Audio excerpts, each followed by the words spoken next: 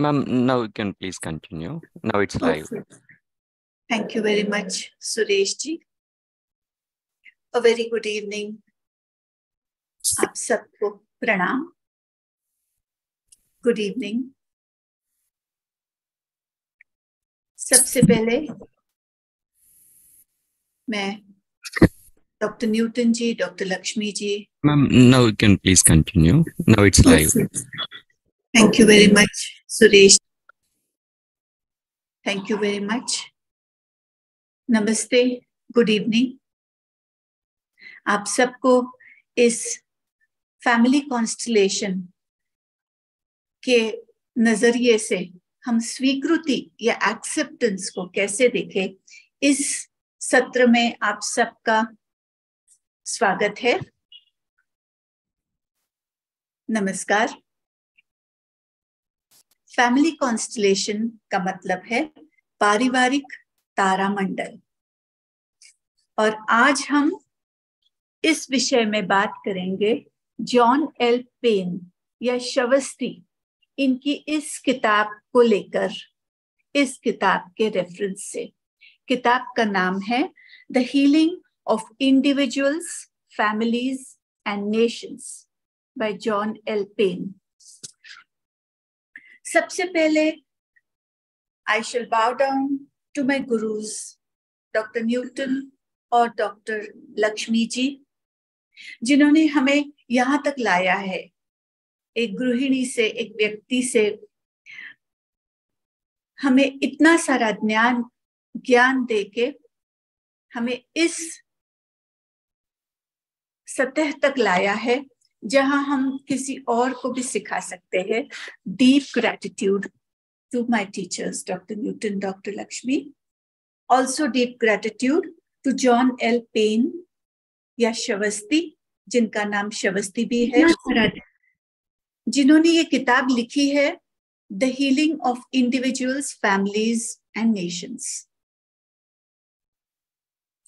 इस विषय में जाने से पहले हम थोड़ा ध्यान करेंगे. क्या सबको मैं सुनाई दे रही हूं? क्या सबको मेरी आवाज आ रही है? Yes. तो Suresh ji, can you just give me some meditation, some music for the meditation initially, please?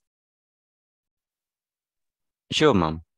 हम सबसे पहले 20 मिनट के लिए आनापानसति मेडिटेशन करेंगे इस संडे के QLU के ध्यान सत्र में. फिर एक बार सबका स्वागत है. अपने आप को बहुत कंफर्टेबल जगह में बैठना है. रीढ़ की हड्डी सीधी रखनी है. आंखें बंद करनी है.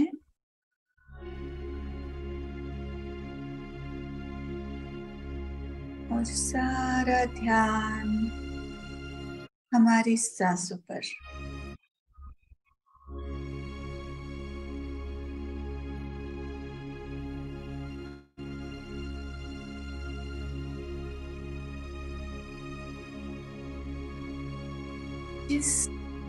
किसी जगह में, समय में हमारा मन भटक रहा है,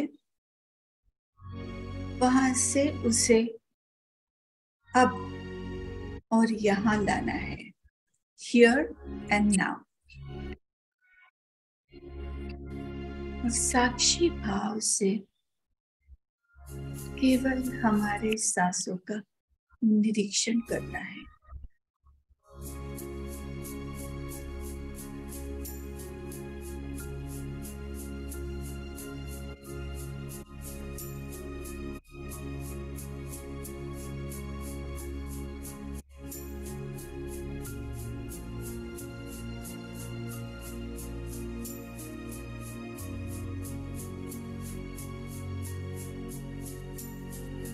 हमारी सारी चेतना को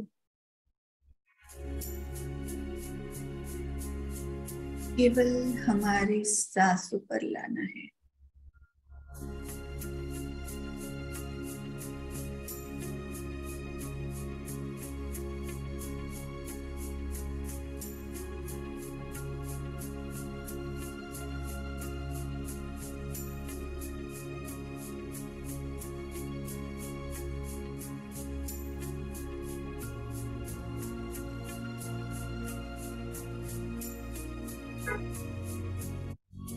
केवल हम और हमारी सांसें।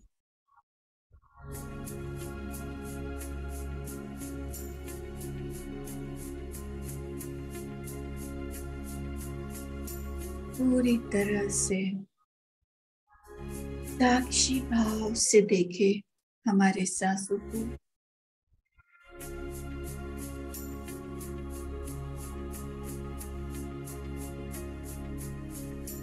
Deep and long breaths.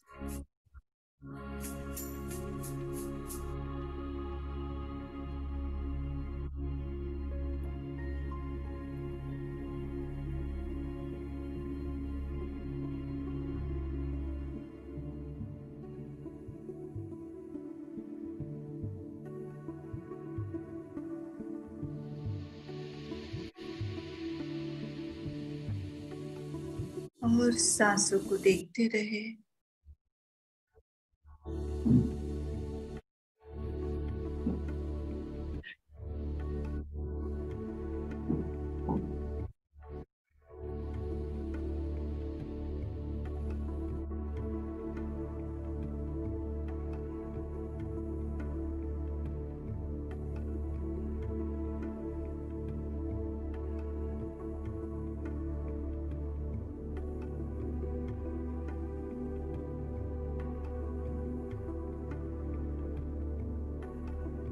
ये ध्यान आनापानसति, जहाँ हम केवल अंदर आने वाली सांसों पर और बाहर जाने वाली सांसों को पूरी तरह से स्थितप्रज्ञता से, साक्षी भाव से देखते रहेंगे, उसका निरीक्षण करते रहेंगे।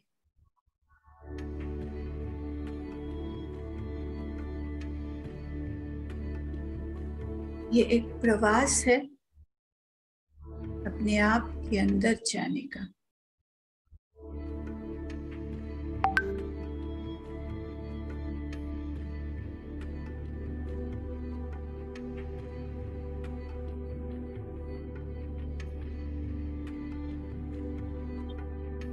अपनी सांसों को देखते रहे।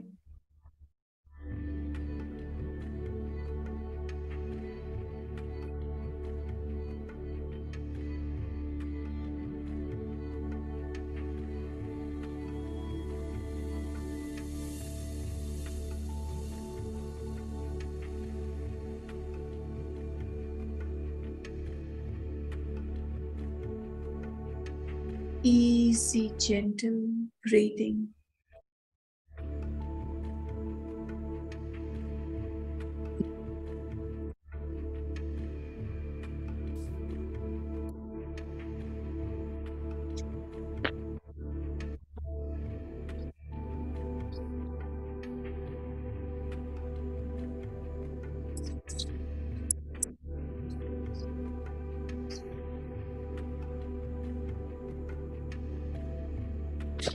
Easy and gentle breath.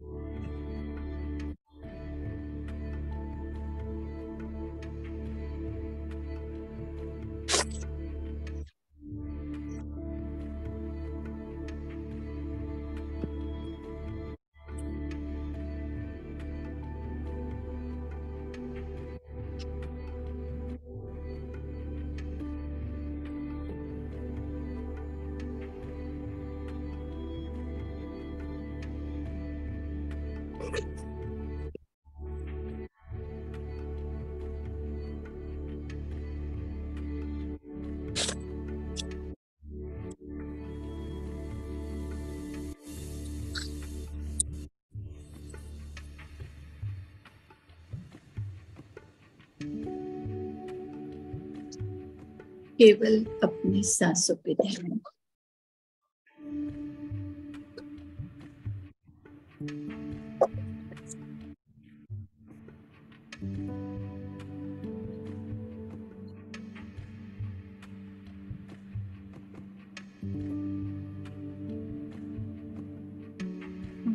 और आपकी सांसें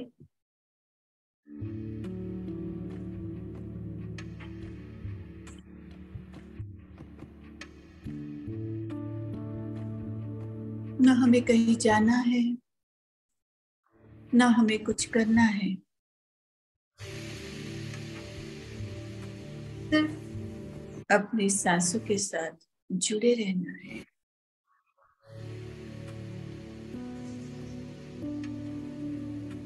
क्योंकि हमारी सांसें हमें जोड़ देती है उस ब्रह्मांड की परम शक्ति को। वह शक्ति जिससे दुनिया चलती है, सारा ब्रह्मांड चलता है।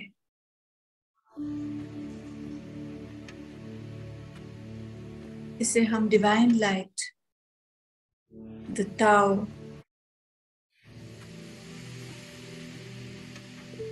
परमात्मा, कोई भी नाम दे सकते हैं।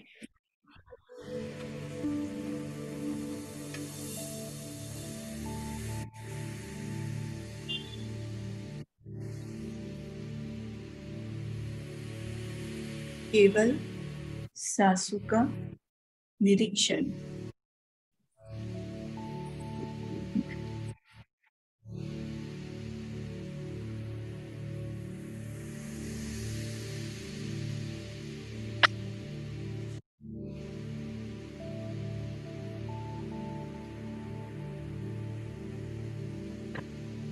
अगर सांसें छोटी हो तो उन्हें वैसे ही रहने देना है, और अगर डीप लंबी हो तो वैसे ही रहने दे।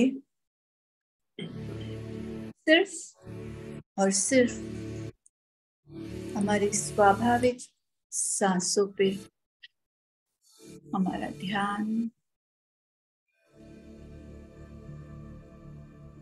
और उन्हें साक्षी भाव से देखना।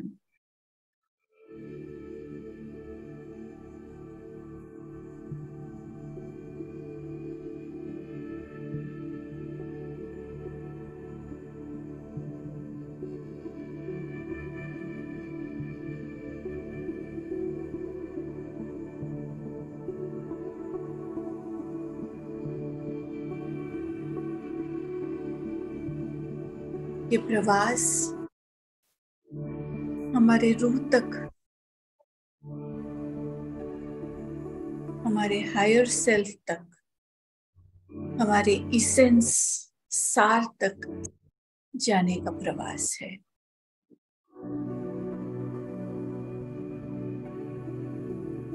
आपकी अंदर आने वाली सांस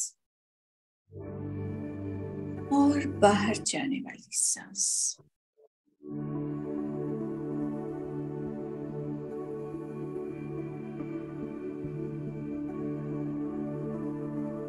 केवल इनसे जुड़े रहे।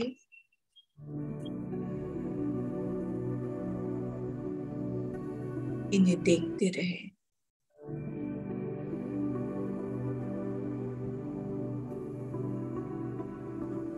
साक्षी भाव।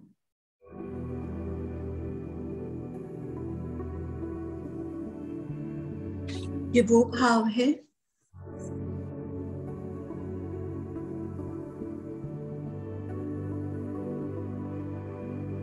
जिससे हम केवल निरीक्षण कर सकते हैं। यहाँ हमें कंसंट्रेशन या फोकस नहीं करना है, केवल साक्षी भाव से देखना है।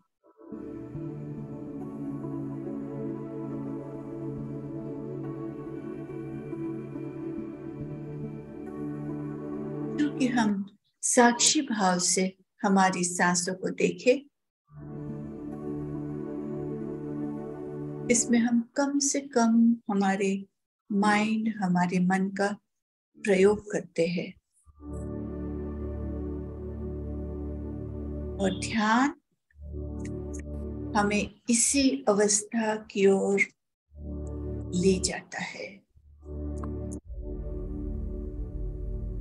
जहां हम नो माइंड स्टेट, मन रहित अवस्था में जाते हैं।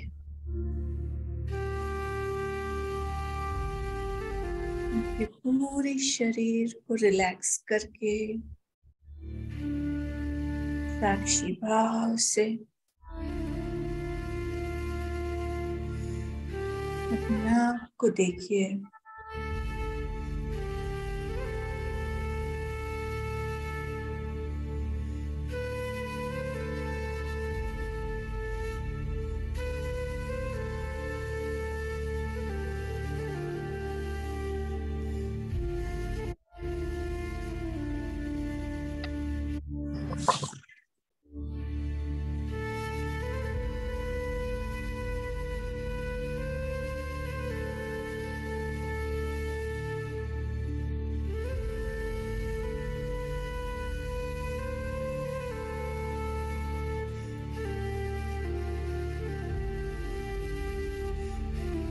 और जैसे ही हम अपने आप को साक्षी भाव से देखते हैं,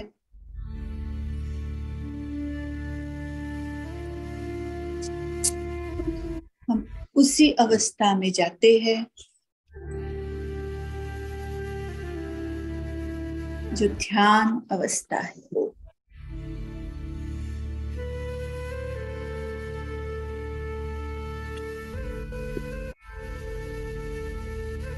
वो अवस्था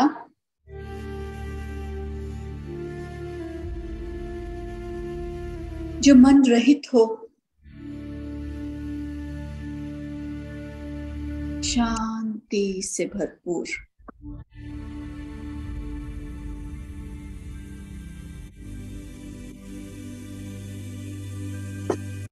शांति से भरपूर इस अवस्था का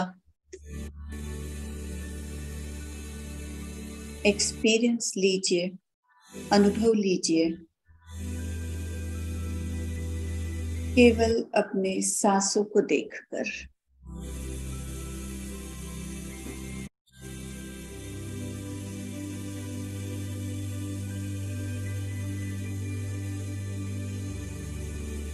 पूरी तरह से शांत, फिर आप और आपकी सांसें।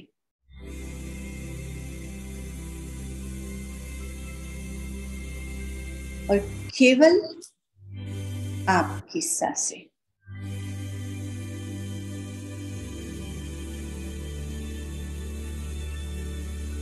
इस गहरी ध्यान अवस्था में हमारी सांसें हमें ले जा सकती है,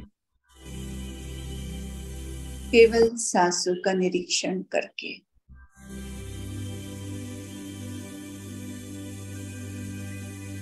जहाँ मन बिल्कुल शांत हो, लेकिन अगर विचार आ रहे हो या जा रहे हो तो उन्हें आने देना है। वो अपने आप से आएंगे और अपने आप से जाएंगे।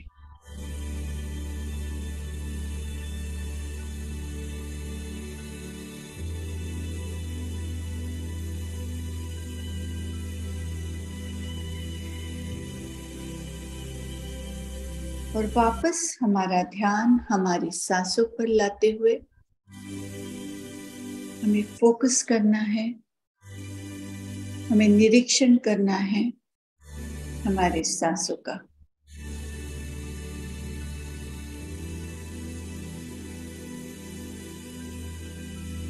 और इस अनुभव तक हमें आना है कि हम हमारे शरीर से बहुत कुछ ज्यादा है।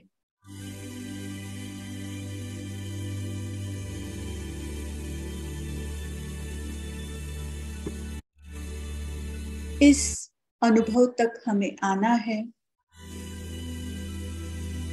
जहां हमें ये महसूस हो कि हमारे मन से, हमारे विचारों से,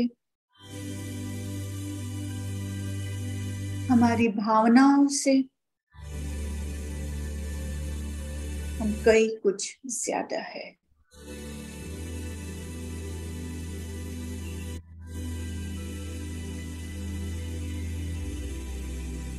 इस अनुभव को अपने अंदर लाना है केवल सांसों का निरीक्षण करके।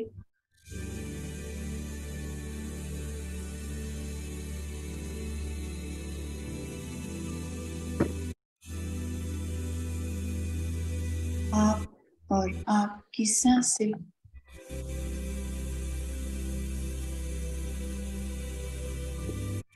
और केवल अपनी सांसें।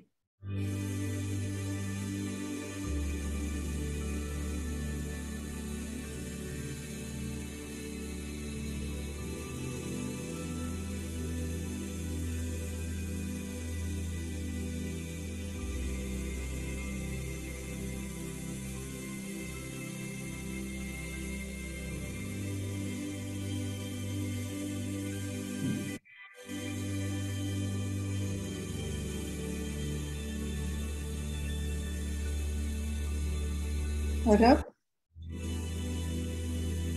हमें धीरे से वापस हमारी चेतना को यहाँ लाना है।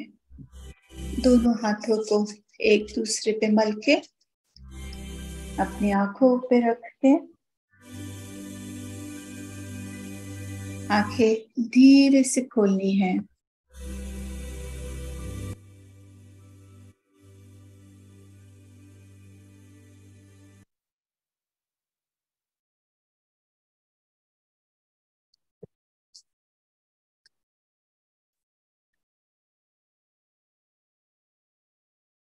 फिर एक बार आपका स्वागत है मेरे प्यारे दोस्तों।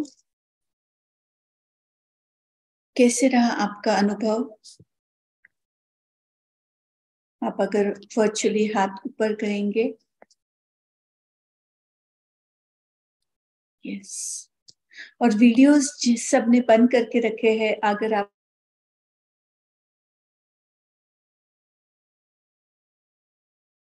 Ma'am, can you please unmute? Mistakenly, I did mute.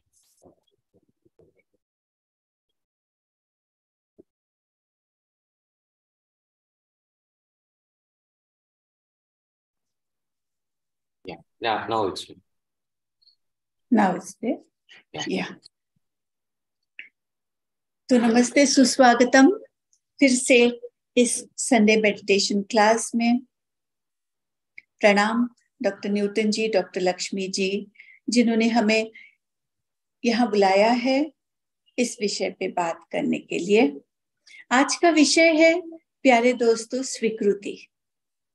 स्वीकृति ये गुरु मास्टर की है हमारी लाइफ की। आज हम स्वीकृति के बारे में बात करेंगे with reference to John L Payne. इनकी ये किताब the healing of individuals, families and nations. जब मैंने पहली बार डॉक्टर न्यूटन जी ने लिए हुए फैमिली कॉन्स्टलेशन सत्र को देखा तो मैं बड़े अचंभे में थी। करीबन 13 से 14 साल पहले ये कैसे हो सकता है कैसे हो सकता है कि कोई और हमारे बारे में हमें बता सकता है? कैसे ये हो सकता है कि कोई और हमारे परिवार में जो हो रहा है वो बतला सकता है? और फिर धीरे धीरे जैसे हमारे गुरु ने हमको गाइड किया, हमें ये पता चला कि जो श्री कृष्ण जी कहते हैं कि हम सब एक है, वी आर ऑल इंटरकनेक्टेड, और सारा ध्यान, सारा नॉलेज हम सब में है। इसकी केवल जानकारी नहीं, इसकी अनुभूति होने लग गई। तो आज हम ये जो किताब है, ये फैमिली कॉन्स्टलेशन और ट्रांस जनरेशनल हीलिंग यानी पारिवारिक तारामंडल के बारे में ये किताब है। और इस किताब का रेफरेंस लेके, संदर्भ लेके हम देखेंगे कि स्वीकृति करने से क्या क्या हो सकता है। कैसे स्वीकृति करने से केवल हम नहीं, लेकिन हमारे आने वाली पीढ़ियां और हमारे पिछले पीढ़ियों को भी हीलिंग मिल सकता है। डीप हीलिंग, इतना हीलिंग कि हमारा और हमारे आने वाले पीढ़ियों का लाइफ पूरी तरह से बदल जाए। तो क्या मतलब है ये फैमिली कॉन्स्टलेशन का? फैमिली कॉन्स्टलेशन ये एक प्रक्रिया है, इट इज अ प्रोसेस जो बहुत प्रभावशाली है। और इसमें थोड़े से कम समय में हमें ये पता चलता है कि हमें जो तकलीफ हो रही है या हमारे इर्द गिर्द, हमारे परिवार में जो तकलीफ हो रही है या जो पैटर्न दिखाई दे रहा है, इसका रूट कॉज कहीं हमारे पुरखों के साथ जो कुछ हुआ, कहीं हमारे पुरखों ने जो कुछ किया या सहन किया, इन घटनाओं से कैसे हम जुड़ते हैं। तो ये प्रभावशाली प्रक्रिया में होता क्या है?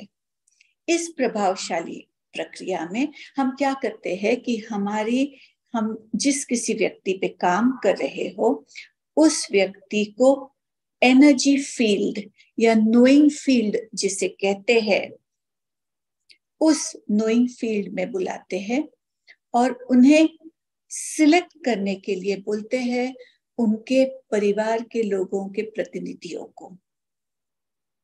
और जब वो प्रतिनिधि इस नोइंग फील्ड में आते हैं तो वो प्रतिनिधि हमें बताते हैं कि कहाँ प्रॉब्लम है, हमारे परिवार में क्या हुआ है, क्या हुआ था जिसकी वजह से इस वक्त तकलीफें हो रही है। तो ये प्रक्रिया जब हम करते हैं तो केवल हम या हमारे 2-3 परिवार के मेंबर्स की प्रतिनिधित्व नहीं करते हैं। कई बार हमें पिछले पुरखों के जनरेशन्स वहां पे लाने पड़ते हैं, यानी उनके प्रतिनिधि, जो हमारे माँ पिताजी, उदाहरणार्थ उनके माँ पिताजी, उनके माँ पिताजी, ऐसे 3 या 7 भी लेवल्स के एंसेस्टर्स, पुरखों को हम उस नोइंग फील्ड में बुलाते हैं। और फिर उस नोइंग फील्ड में जो व्यक्ति कॉन्स्टलेशन ले रहा है, उसकी इंटेंशन से, जिसके लिए हम ये प्रक्रिया कर रहे हैं, उसके इंटेंशन से और नोइंग फील्ड की इंटेंशन से हीलिंग होता है। केवल उस व्यक्ति का नहीं, लेकिन जो भी वहां पे मौजूद है उनके भी लिए ये बहुत डीप हीलिंग होता है। और उनके आने वाली पीढ़ियों के लिए, उनके घर के लोगों के लिए, परिवार के लोगों के लिए ये हीलिंग होता है। ये सत्र जब हमने किए तो हमें ये महसूस हुआ कि केवल वो व्यक्ति या उसके साथ होने वाली घटनाएं नहीं बदलती है, तो आजू बाजू के परिवार के लोगों के भी घटना बदलती है। क्यों ऐसे होता है कि 3 पीढ़ी पहले क्या हुआ था या 7 पीढ़ियों पहले क्या हुआ था कि आज हमें उसकी तकलीफ हो रही है। हमें लगेगा कि मैंने कौन सा गुनाह किया था, लेकिन जब हम ऊपर से नीचे आते हैं तो हम उस परिवार को सिलेक्ट, क्योंकि हमने जो लेसन सीखने हैं वो लेसन हमें उस परिस्थिति में, उस परिवार में, उस घर में, उस माँ बाप के दौरान, उस भाइयों बहनों से, माँ बाप से सीखने होते हैं।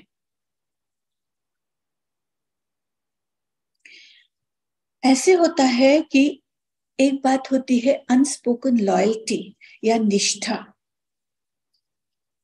उदाहरणार्थ, अगर माँ पिताजी दारिद्र्य में रहे हो तो उस व्यक्ति को भी हिम्मत नहीं होती है उसके कि वो बहुत सक्सेसफुल हो या रिच हो। या अगर माँ पिताजी की तबीयत ठीक नहीं है तो वो व्यक्ति जिसके लिए हम कॉन्स्टलेशन कर रहे होते हैं वो इस अनस्पोकन लॉयल्टी या निष्ठा की वजह से उनके ही जैसे अपने शरीर में, अपने पूरे जिंदगी में चीजें लाता है या परिस्थिति लाता है। यानी हम ही मैग्नेट होते हैं, हम ही कर्ता होते हैं। तो हमें इस नोइंग फील्ड से ये मालूम होता है कि किस जगह में हमें स्वीकृति करने से, किस जगह में हमें छोटे छोटे हीलिंग सेंटेंसेस बोलने से हमारा पूरा आयुष्य बदल जाएगा। अब परिवार में जो ये प्यार की एनर्जी होती है ना, ये जैसे पानी बहता है ऊपर के स्तर से नीचे के स्तर में, वैसे ये प्यार बहता है बड़ों से छोटों की ओर, छोटों से और छोटों की ओर, उनके बच्चों की ओर, उनके बच्चों की ओर। तो हमारे पुरखों से लाइफ मिला है, जिंदगी मिली है, हमारे परदादा परदादी को उनसे मिली है, हमारे दादा दादी नाना नानी को उनसे मिली है लाइफ, हमारे माँ पिताजी को और उनसे मिली है लाइफ हमें। हमें इस लाइफ का स्वीकार करना है। हम लाइफ का स्वीकार तो करते हैं लेकिन फिर सारी मजा शुरू हो जाती है। हम आ जाते हैं अस्वीकृति की मोड में। अस्वीकृति की मोड में हम आते हैं यानी क्या करते हैं हम, मुझे ये नहीं चाहिए, ये ऐसे क्यों हुआ, ऐसे कैसे हो सकता है।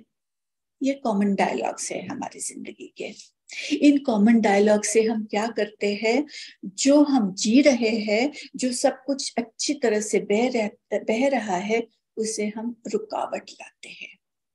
और वो जो एनर्जी फ्लो होती है ना हमारे पुरखों से, हमारे दादा दादी नाना नानी माँ पिताजी इनमें और इनसे हम में, ये एनर्जी, इसका फ्लो, इसका स्तर रुक जाता है, इसमें रुकावटें आती है, इसमें बाधाएं आती है।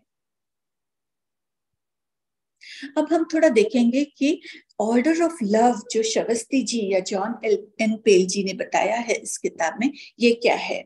तो ऑर्डर ऑफ लव यानी प्यार के क्रम, इसका मतलब है कि पहले माँ पिता आते हैं, फिर बच्चे आते हैं।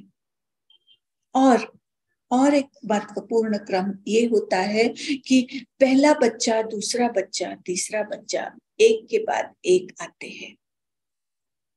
और एक महत्वपूर्ण क्रम यह है कि स्त्री और पुरुष इक्वल, समान स्तर पे होते हैं। लेकिन क्या हम ये सब मानते हैं? नहीं। सिंपल सी बात कि हम ये नहीं मानते कि स्त्री और पुरुष समान है। छोटी सी बात कि हम ये मानने लग जाते कि छोटा बच्चा ज्यादा यशस्वी हो या ज्यादा होशियार हो तो उसे हम बड़ा मानने लग जाते हैं। छोटी सी बातों से, छोटी छोटी हमारी सोचने के, प्रतिक्रिया देने के ढंग से क्या होता है, हम अस्वीकृत करते हैं इस ऑर्डर ऑफ लव या प्यार के क्रम को। हमारी चेतना 3 स्तर पे चलती है।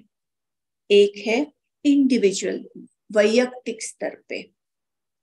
इस वैयक्तिक स्तर पे हम क्या करते हैं, क्या सही है क्या गलत है, मैंने क्या करना चाहिए, मैंने क्या करना नहीं चाहिए, मेरी क्या रिस्पॉन्सिबिलिटीज, जवाबदारियां है, या मैंने किस तरह से प्रतिक्रिया देनी है, ये हम हमारे वैयक्तिक तौर पे तय करते हैं और वैसे ही करते रहते हैं। दूसरा है पारिवारिक स्तर। पारिवारिक स्तर पे क्या होता है, हम ये इस ढंग से चलते हैं कि हमारे परिवार में ऐसे नहीं चलता है, हमारे परिवार में इसी तरह से चीजें होती है, हमारा परिवार उन लोगों से बात नहीं करता, हमारा परिवार कई बार छुआछूत को मानता है, पुरुषों को बड़ा मानता है। तो ये हुआ पारिवारिक स्तर। और तीसरा जो स्तर होता है वो नेशनल लेवल या हमारे देश का स्तर। छोटी सी बात एग्जाम्पल दूंगी मैं। पाकिस्तानियों को लगता है कि भारतीय अच्छे नहीं है, भारतीयों को लगता है कि पाकिस्तानी उनके दुश्मन हैं। अरे निकले तो सब हिंदुस्तान से ही है, हमारे भारत माँ से निकले हैं, पाकिस्तानी हो या हिंदुस्तानी, है तो दोनों भाई भाई। लेकिन हम वो नहीं मानते हैं। जब भी हम कुछ भी नहीं मानते हैं, जब भी हम कुछ भी स्वीकृत नहीं करते हैं, तो इस एनर्जी के फ्लो में रुकावटें आती है। इन रुकावटों से ये जो एनर्जी, प्यार का फ्लो है, ये रुक जाता है और फिर हमारे अंदर शुरू होता है एक युद्ध। किसके साथ? खुद ही के साथ, हमारे एनर्जीज के साथ। ये युद्ध होता है हेल्थ से, ये युद्ध होता है यशस्विता अयशस्विता से, ये युद्ध होता है अबंडेंस या मुबलकता से।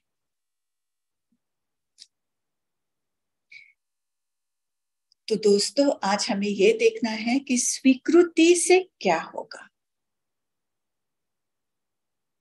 हमारे गुरु कहते हैं, हमारे बड़े लोग कहते हैं कि स्वीकृत करो। कैसे स्वीकृति की जाती है पता है? जब हम लंगर में जाते हैं ना, तो थाली में रोटी नहीं परोसता है कोई, हम इस प्रकार से रोटी लेते हैं। देखा है आपने? उसी विनम्रता से हमें हर एक चीज स्वीकृत करनी होती है। जब हम स्वीकृत नहीं करते तो ये ऑर्डर ऑफ लव, प्यार का क्रम डिस्टर्ब होता है, और फिर किसी की शादी न होना, किसी को यशस्वी न होना, किसी को हेल्थ के प्रॉब्लम्स होना, ये सब कठिनाइयां शुरू हो जाती है।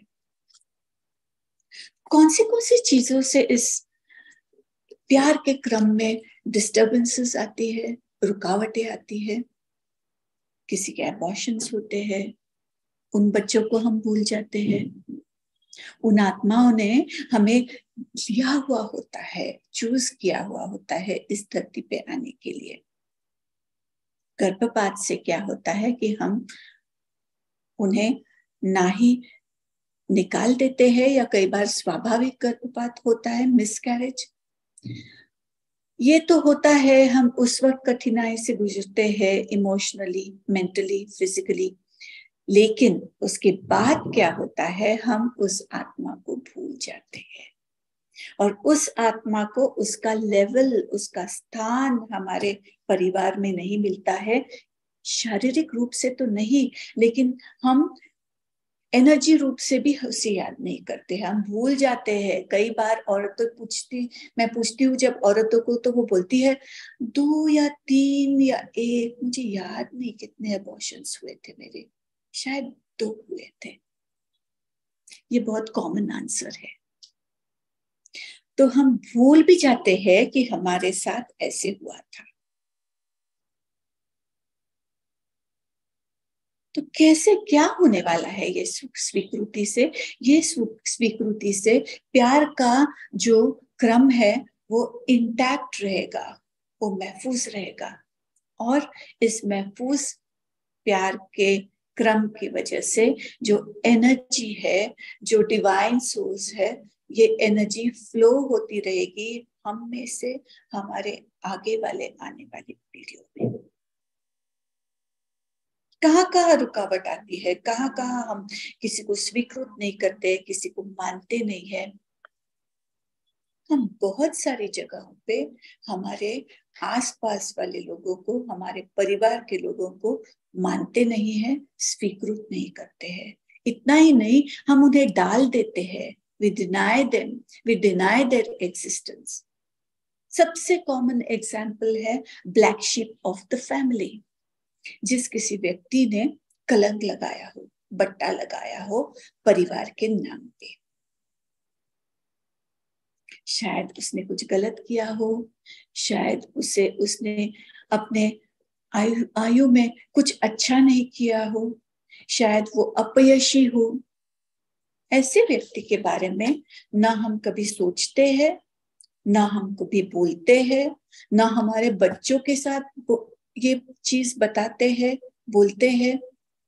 हम इन आत्माओं को पूरी तरह से हमारे परिवार से निकाल देते हैं। लेकिन आत्मा का तो सिर्फ यही केवल एक मांग है। वो मांग है द नीड टू बिलोंग, समावेश होना, उनका परिवार में, देश में समावेश होना। हम कई बार ये देखते हैं कि हम अस्वीकृतियां करते हैं छोटी छोटी बातों में, रोजमर्रा के जीवन में। कैसे पता है? इसने ऐसे क्यों किया, ये लोग तो ऐसे ही है, इन लोगों को सुधारना चाहिए, इन लोगों को बदलना चाहिए। अस्वीकृति, अस्वीकृति। जो जैसा है, जो भी कुछ है, उसे नहीं हम स्वीकृत करते हैं, उसी तरह से हम उसे ठीक करने जाते हैं। वो हमारा बच्चा हो सकता है, वो हमारे फ्रेंड्स, हमारे मित्र परिवार के लोग हो सकते हैं। हम उन्हें सुधारने जाते हैं, हम उन्हें बदलने जाते हैं। सबसे बड़ी स्वीकृति तो पल पल, हर पल हम करते हैं, टू चेंज अदर्स। ये हमने रुकाना है। दूसरी महत्वपूर्ण बात है प्रसार माध्यम। प्रसार माध्यम क्या करते हैं? प्रसार माध्यम हम प्रसार माध्यमों के ओर से हम देखते हैं कि क्या घट रहा है सारी दुनिया में, हमारे देश में, हमारे गांव में, हमारे बाजू के गली में, या हमारे बाजू के कॉन्टिनेंट में। और फिर हम कहते हैं कि कैसे ये कर सकते हैं, क्यों ये सब हो रहा है। लेकिन सबसे महत्वपूर्ण बात हमें ये ध्यान में रखनी चाहिए कि we have to bow down to the fate of others. दूसरों के नसीब पे हमें स्वीकृति और स्वीकृति के भाव से देखना है। इसका मतलब ये तो नहीं है कि कोई बहुत कठिनाई से गुजर रहा है, या कोई रास्ते पे पड़ा है, पानी मांग रहा है, एक्सीडेंट हुआ है, हम कुछ न करें, स्वीकृति। नो, हमें जो भी जिस जगह जिस वक्त करना चाहिए वो हमारी विवेक बुद्धि का इस्तेमाल करके करना चाहिए। लेकिन उसके बाद सारा उस परमात्मा के हाथ में है। उसके बाद भी अगर घटनाएं तकलीफ देने वाली घट रही हो तो हमें क्या करना है? हमें उन्हें स्वीकार करना है, पूरी तरह से स्वीकार।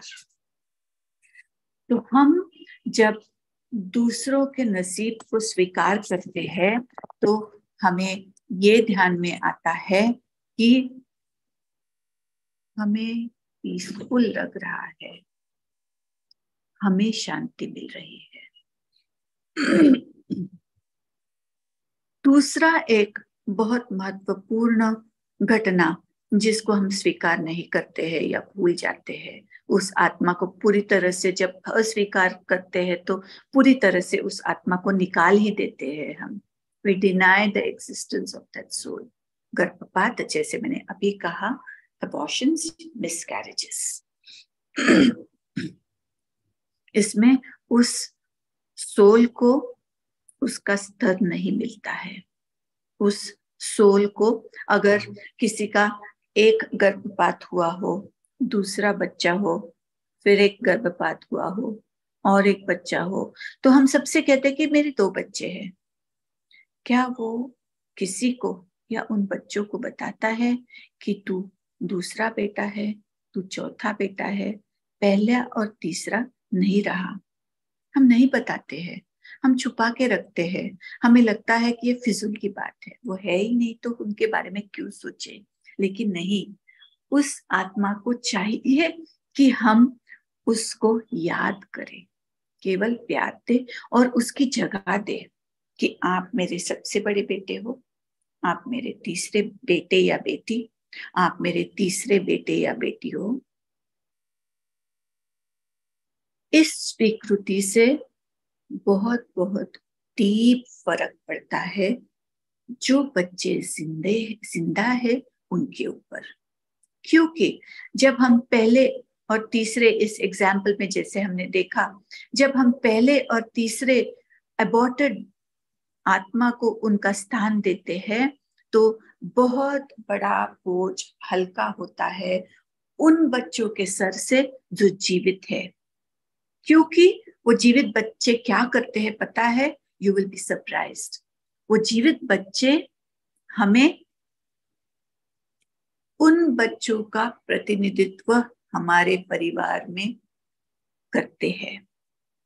दैट मीन्स वो प्रतिनिधित्व करते हैं उन गुजरे हुए बच्चों का, और फिर उनमें विकृतियां, फिर उनमें अपयश आना, फिर उनमें मे बी स्किन एलर्जीज, ऐसी बातें हो सकती है। तो कॉन्स्टलेशन के दौरान हमें ये पता चलता है कि किन्हें हमने छोड़ दिया है या किन्हें हमारे परिवार ने छोड़ दिया है। और जब हम हीलिंग सेंटेंसेस से उनका समावेश करते हैं परिवार के अंदर, तब इस पीढ़ी के हेल्थ इश्यूज, रिलेशनशिप इश्यूज, कुछ भी ठीक हो सकता है।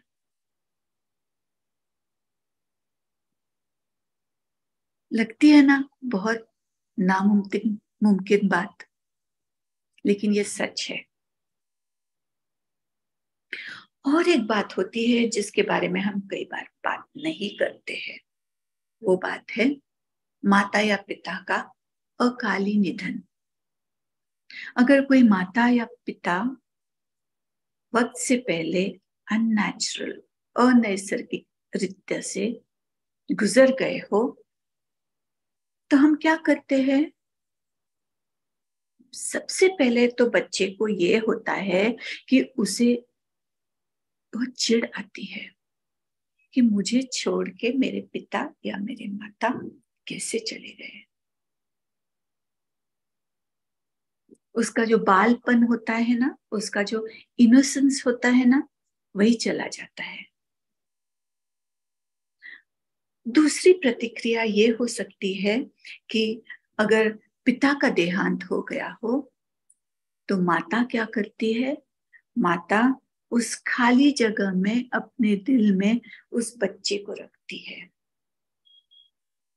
और वो बच्चा फिर उस माँ का दोस्त बनता है, सहारा बनता है।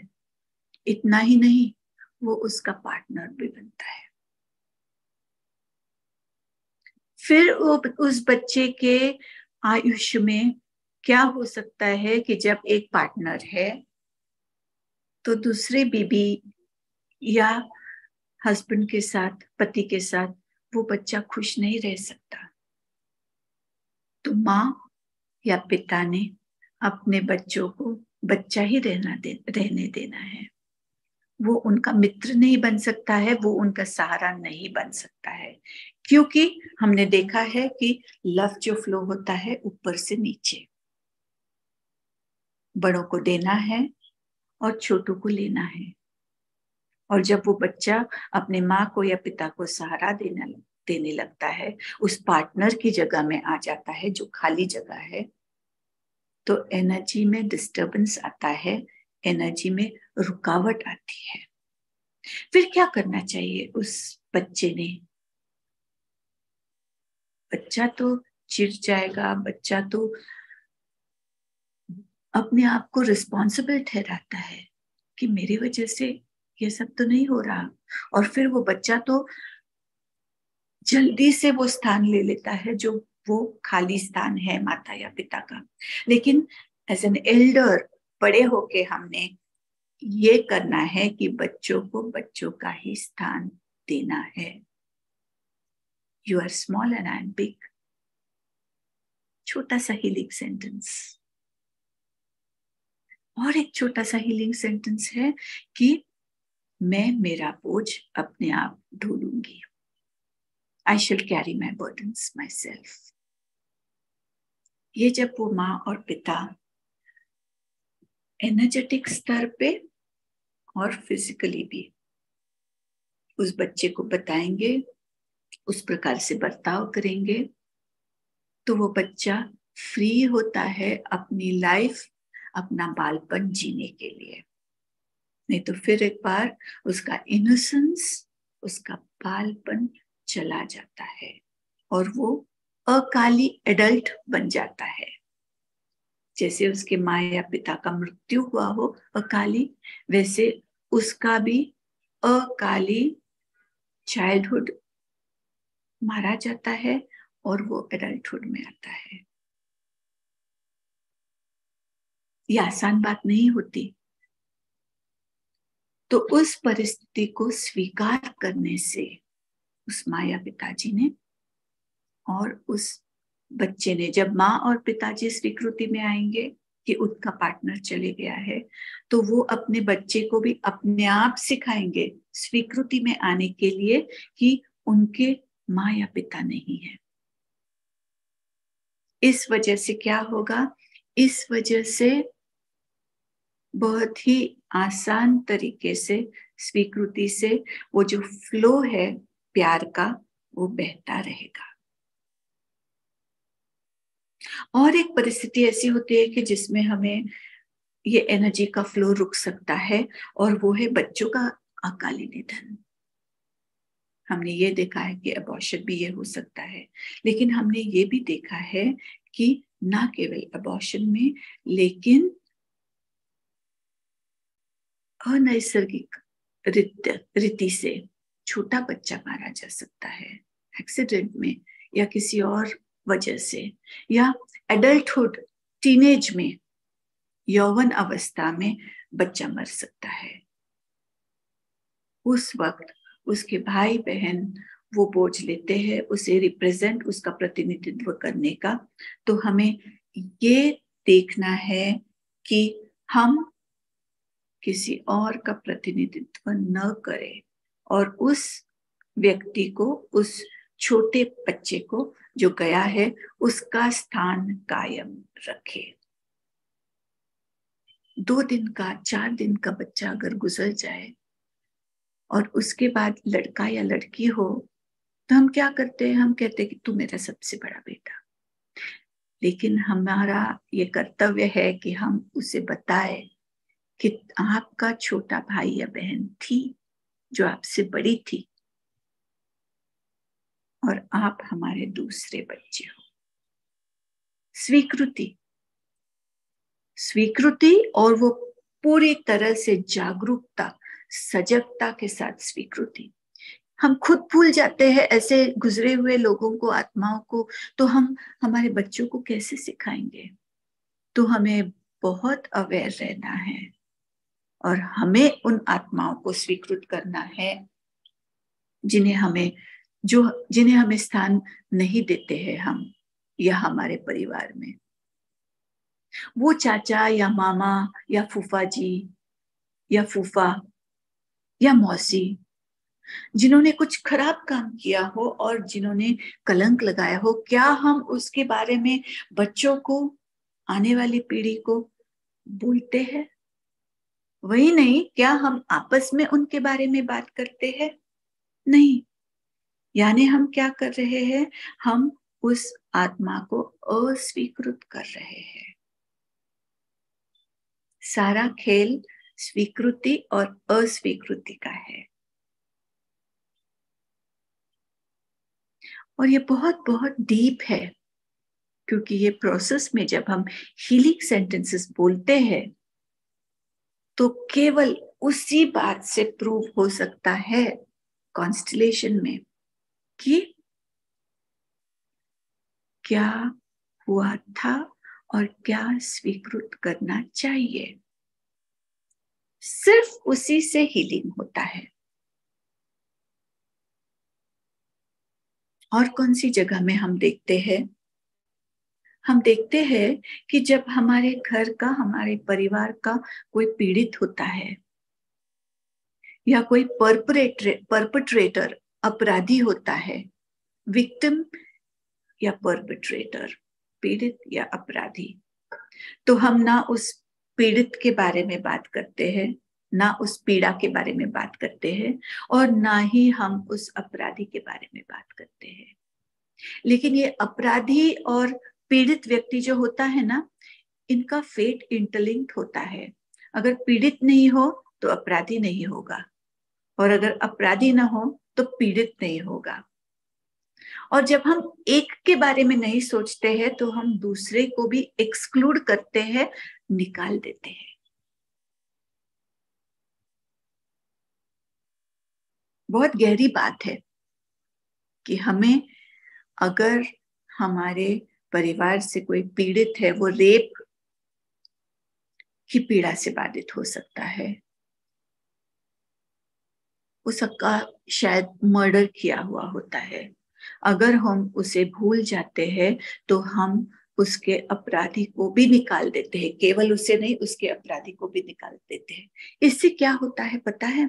इससे आने वाली पीढ़ियों में उस पीड़ित का या उस अपराधी का प्रतिनिधित्व आने वाली पीढ़ी में हो सकता है, क्योंकि जो वैयक्तिक स्तर पे हम नाकारते हैं, जिसे हम मंजूर नहीं करते हैं, जिसे हम स्वीकार नहीं करते हैं, वो हमारे परिवार में लाया जाता है। ये बहुत गंभीर बात है। तो हमें क्या करना है फिर? अगर हमारे परिवार में कोई पीड़ित हो, हमें केवल उनके नसीब पे सर झुकाना है कि ठीक है, आपके साथ ऐसे हुआ था, बस इतना ही। लेकिन हम ना उसके बारे में सोचते हैं, ना हम उसके बारे में सुनना चाहते हैं, ना हम उसके बारे में बोलना चाहते हैं। सो ओनली बाय सिर्फ उसको मन ही मन ये कह के कि तुम्हारा दुख, तुम्हारे दर्द के सामने मैं सर झुकाती हूँ या झुकाता हूँ, हम उसकी स्वीकृति करते हैं और हमारे आने वाली पीढ़ियों को आनंद से रहने की चाबी दे देते हैं। एक व्यक्ति के स्वीकृति अस्वीकृति से आने वाली पीढ़ियों में फर्क पड़ सकता है। इतना गहरा सचमुच है क्या ये? हाँ है। कितना गहरा है ये? अब एक छोटी सी बात, मैं एक कॉन्स्टलेशन ले रही थी, एक औरत थी सामने, और उस औरत को, उसका हार्ट, उसका दिल बिल्कुल क्लोज्ड था। ना वो किसी से मिलजुल सकती थी, ना वो प्यार महसूस कर सकती थी, ना वो अपने आप को जो कहना है वो बोल सकती थी। तो उसका एक्सप्रेशन, उसका हार्ट, सब कुछ बंद था। जब एक चक्र बंद होता है तो उसके आजू बाजू वाले चक्र, यानी अगर हार्ट बंद है तो स्वादिष्ठान, तो विशुद्धि चक्र और मणिपुर चक्र, इन दोनों पर असर पड़ सकता है। यानी पावरफुल, उसे पावर का फीलिंग नहीं आ रहा था, उसका हार्ट बंद था और उसका एक्सप्रेशन बंद था। जब हमने उसके लिए कॉन्स्टलेशन सेट किया तो उस कॉन्स्टलेशन में जो उसका प्रतिनिधित्व कर रही थी ना, वो बार बार सिर्फ नीचे देख रही थी। मैंने उससे वो औरत से पूछा कि क्या किसी का अनैसर्गिक मृत्यु हुआ है? उसने कहा हाँ, लेकिन उनका हमसे क्या संबंध? मैंने उससे कहा कौन था वो? तो उसने ये बात बताई, देखो कितनी दूर वाली बात है, लेकिन उसका असर इस औरत पे हो रहा था। उसने मुझे कहा कि कोई उसे कॉलेज के दिनों में चाहता था, उसको उस व्यक्ति के बारे में कुछ भी फीलिंग्स नहीं थी, लेकिन वो व्यक्ति इसे चाहता था। और फिर उसके बाद क्या हुआ कि वो जो लड़का था उसका एक्सीडेंट में अननेचुरल डेथ हो गया, मृत्यु आया उसे। बस ना इस औरत को उसके लिए कुछ लग रहा था, लेकिन जब उस लड़के पे ये घटना आई तो इस दुर्घटना के बाद उसके अंदर गिल्ट था, नॉट नीडेड, लेकिन ऐसा ही था। जब मैंने उससे हीलिंग सेंटेंसेस करवाए तो उस एंटेंगलमेंट से, उस गुंता गुंती के परिस्थिति से वो जैसे अलग हो गई और ऊर्जा की स्तर पे उसने उस लड़के को मन ही मन प्रणाम किया कि आपकी जो ऊर्जा है वो आपके पास रहे और आपके जो नसीब है उसके सामने मैं नतमस्तक होती हूँ। Simple healing sentences. और उससे आज करीबन 1.5 साल हुआ है, उस औरत में पूरी तरह से बदलाव आया है ना? कितनी डीप ये बात। और किन जगहों पे हमारा एनमेशमेंट, हमारा अटकना होता है। कई बार हमारे पूर्वजों की पीढ़ियों में ऐसे भी कोई व्यक्ति होते हैं जो जंग में होते हैं, जो जंग में मर जाते हैं, और वो सिर्फ मर नहीं जाते हैं, मृत्यु नहीं आता है उन्हें, उन्होंने भी कई जनों को मृत्यु दिया हुआ होता है। मुझे खुद एट द एज ऑफ 55, 3 साल 2 साल पहले शायद ये पता चला कि हमारे पुरखों में मेरे दादाजी के दादाजी ऐसे थे कि जिन्होंने अहिल्याबाई होळकर के यहाँ बहुत शौर्य से एनिमीज को मार दिया था, और उन्हें मारने के बाद वो खुद भी गुजर गए थे।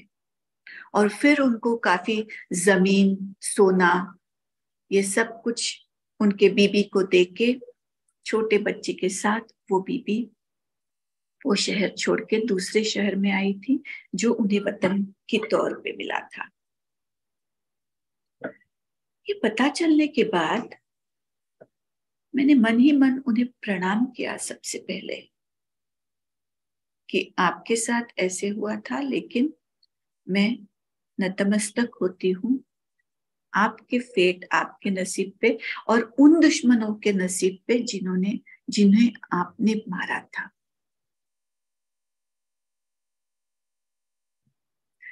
इसका कोई मेजरमेंट नहीं है कि इससे क्या परिणाम हुआ होगा, लेकिन जैसे हमारा लाइफ गुजरता है, हम कठिनाइयों में से जाते हैं और धीरे धीरे कठिनाइयां कम होती रहती है, तो हमें ये लगता है कि नहीं, इसमें तो कुछ दम है। डिवोर्सेस, ये भी एक महत्वपूर्ण परिस्थिति है जिसमें हम उस छोड़े हुए, डिवोर्स लिए हुए पार्टनर को पूरी तरह से छोड़ देते हैं, हमारे मन से, घर से, दिल से, सभी जगह से।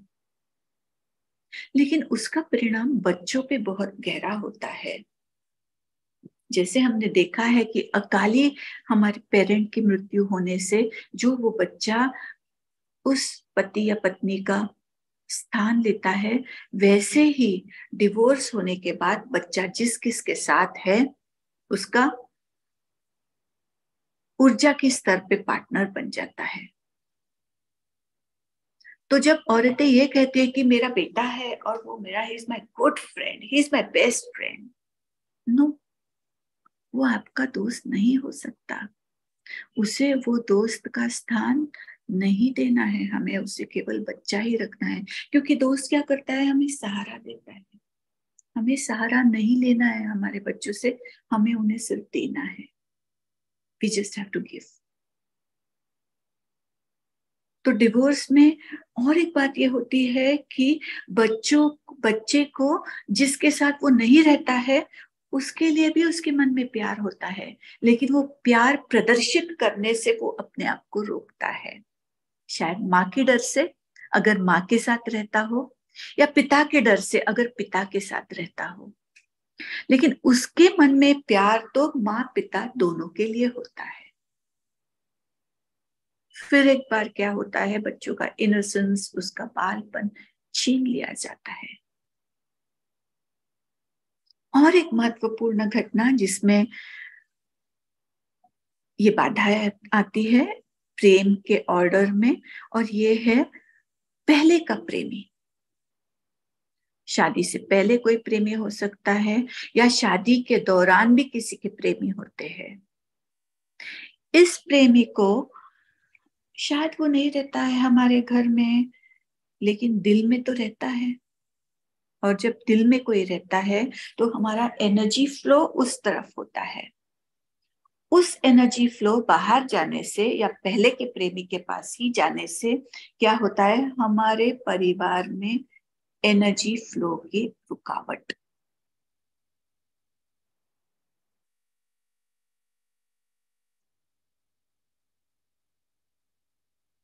तो एक्स्ट्रा मैरिटल अफेयर्स,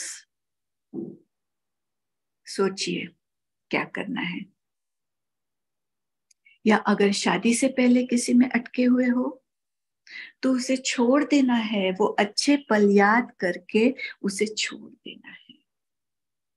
हमने उसे छोड़ा हुआ होता है जब हमारी शादी होती है, लेकिन ऊर्जा के स्तर में हम उसके साथ बंधे रहते हैं। तो दूसरे पार्टनर के साथ हम खुश कैसे रहेंगे? तो जो गुजर गया है उनके अच्छे पल याद करके हमें उन्हें छोड़ देना है। डिवोर्स के दरमियान भी हमें क्या करना है, बच्चों के लिए हमें ये पल याद रखने हैं जो हमने उस पार्टनर के साथ अच्छे पल गुजारे हैं।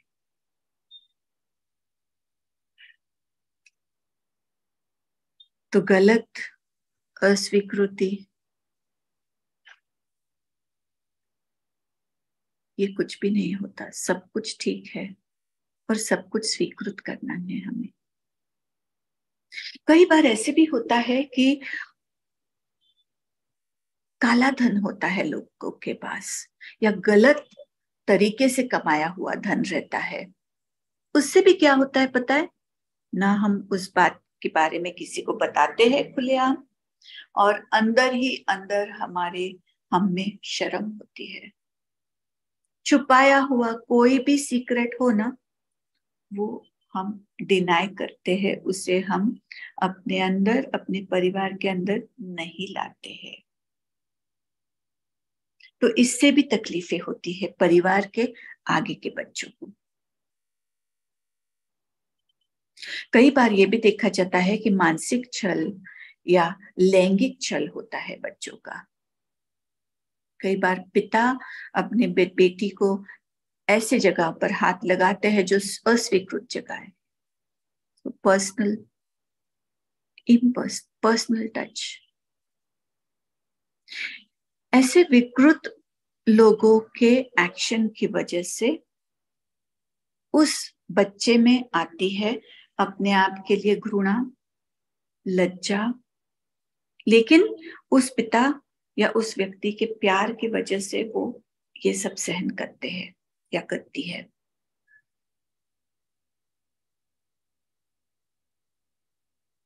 एक छोटी सी एक्शन, लेकिन उसका रिएक्शन दूर दूर तक, शायद पूरी आयु तक उस औरत को या उस लड़के को सहन करनी पड़ती है। ऐसे एग्जाम्पल्स में भी हम, ऐसे कॉन्स्टलेशंस में भी हम सिर्फ छोटा सा हीलिंग सेंटेंस उन्हें बताते हैं कि आपके प्यार की वजह से मैंने ये सब सहन किया, लेकिन अब मैं मेरी एनर्जीज ले लेता हूं। बस इतना ही। और एक बात जहां पे रुकावटें आती है इस ऑर्डर ऑफ लव में, और वो रुकावट होती है जब हम बच्चों को गोद लेते हैं, दत्तक लेते हैं। उस वक्त क्या होता है कि उस परिवार में जो नैसर्गिक बायोलॉजिकल पेरेंट्स होते हैं उस बच्चे के, उन बच्चों को याद, उन पेरेंट्स को, उन पालक को याद करके विनम्रता से उन्हें कहना है कि ये बच्चा आपका है, लेकिन अब हम उसे संभालते हैं।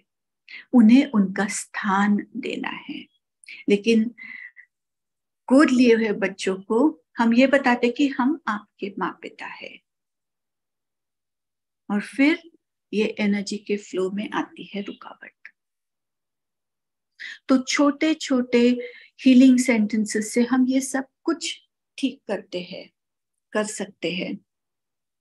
और इसकी गुरु किल्ली है स्वीकृति, एक्सेप्टेंस।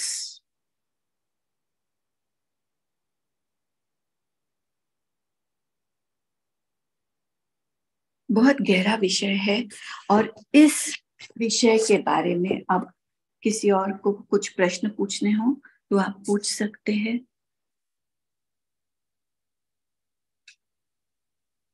बहुत सीरियस चेहरे मैं देख रही हूँ, लेकिन माय डियर फ्रेंड्स, मुझे ये बताना है आपसे कि इतने सीरियस ना हो। बस अपने आप को स्वीकृति की मोड़ पे लाना। मेरा बच्चा ऐसा है, या मेरे पुरखों ने ऐसे किया था, बस ओनली दैट एक्सेप्टेंस। या मेरे पूर्वजों के साथ ये हुआ था, या मेरे इर्द गिर्द के लोग ऐसे हैं, ऐसे ही है। जो जैसा है उसे स्वीकृत करना है।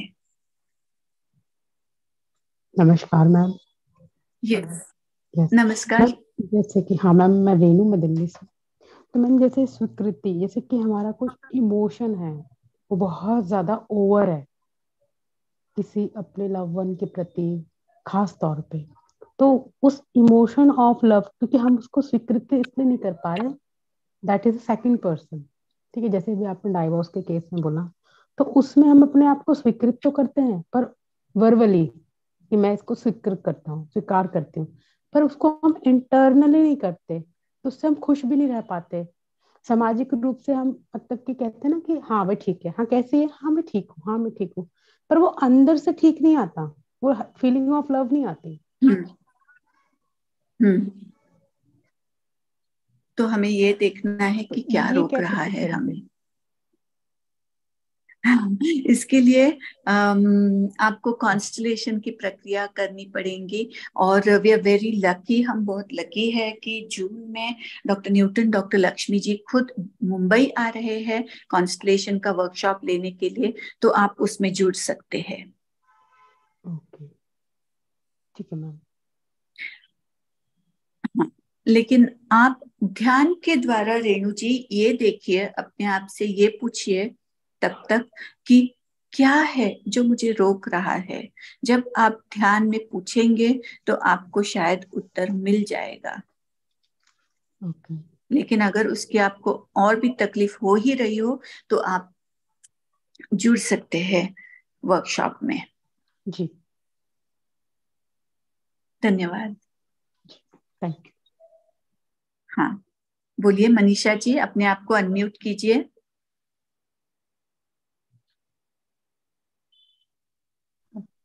मॅम मराठीत बोलू? हो चालेल, हिंदी में बात मॅम करेंगे तो ज्यादा अच्छा। चालेल, ओके बोला, मी ओके उत्तर हिंदीत देईन। चालेल चालेल. मला म्हणायचं की तुम्ही आता जे छोटे छोटे सेंटेन्स सांगायला सांगितले, ओके, तर ते आपण असं काही आहे का की इतक्या वेळा सांगायचे की फक्त एकदा जरी सांगितलं तरी ठीक आहे? दिल से अगर आप ये हीलिंग सेंटेंस एक बार भी बोले तो वो काफी है। बार बार बोलने से क्या होने वाला है? एक बार महसूस करके बोल दीजिए, पूरे दिल से बोल दीजिए, उसके लिए मेडिटेट कीजिए, खुद के दिल से कनेक्ट होइए, फिर वो बोलिए। Thank you. धन्यवाद मनीषा। और कोई पूछना चाहता है कुछ?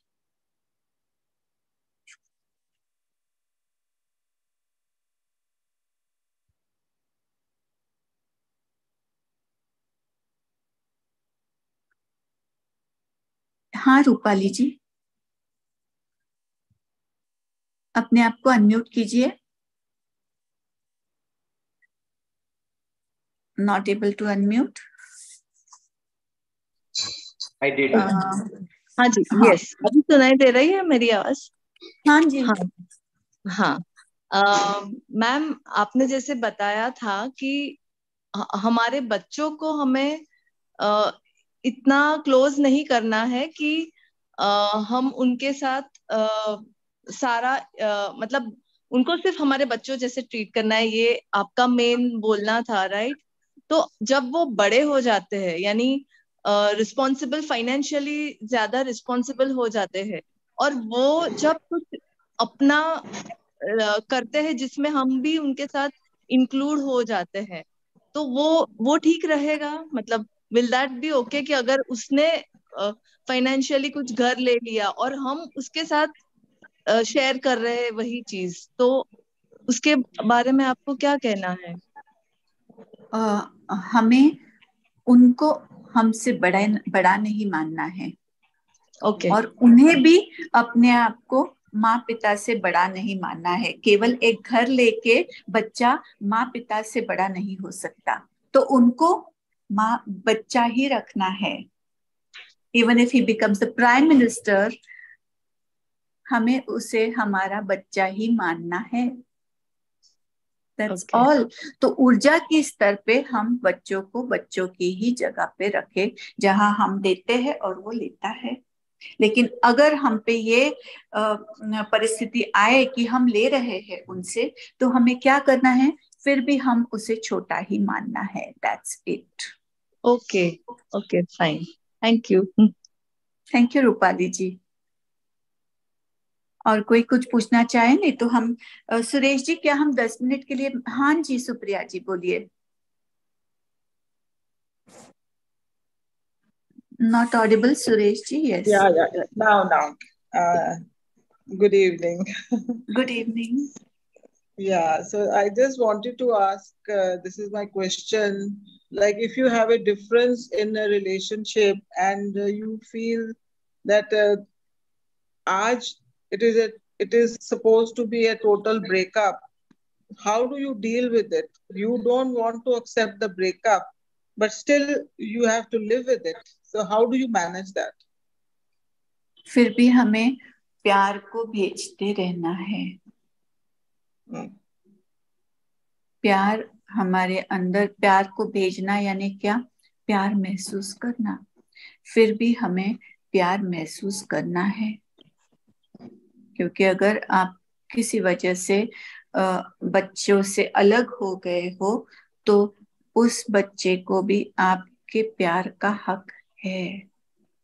और वो प्यार सिर्फ उसके लिए नहीं, उसकी कृति की वजह से हम रोक रहे हैं, तो हमें प्यार तो महसूस करना ही है। वो कृति अलग है और वो आत्मा अलग है।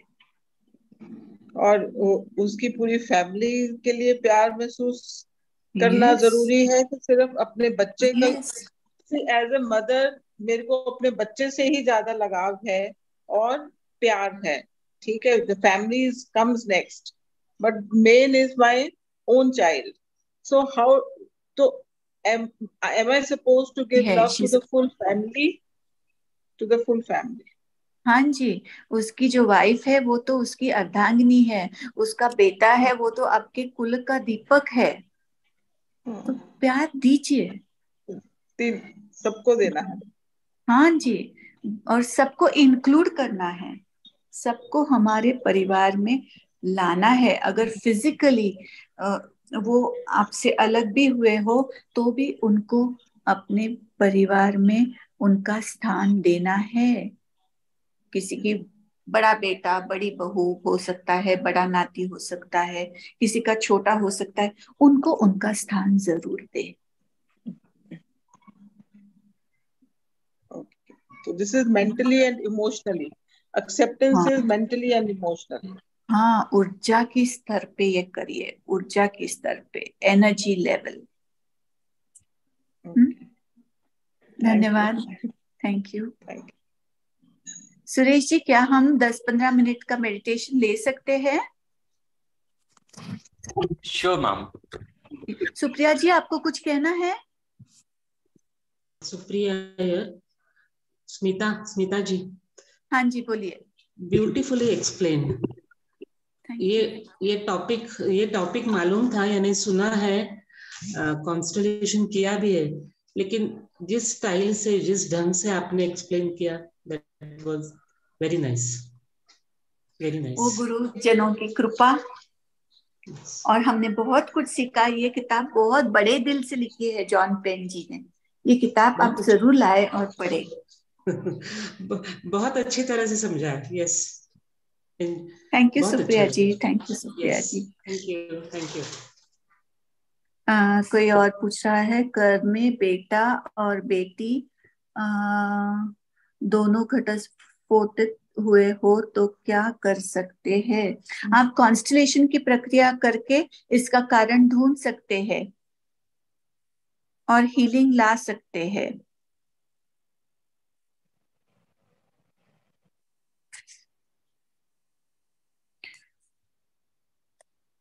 तो अब हम,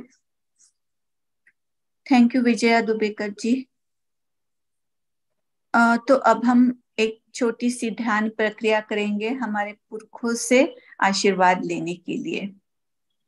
आंखें बंद कीजिए।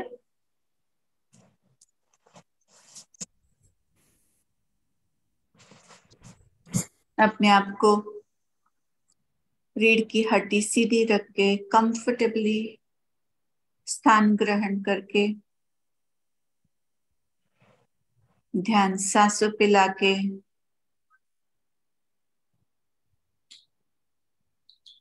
सारे इधर उधर के विचारों से अपने सांसों पे लाइए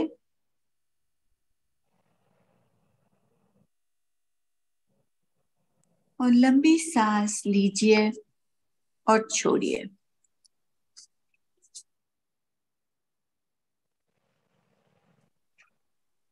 Take a deep breath in and out, in and out.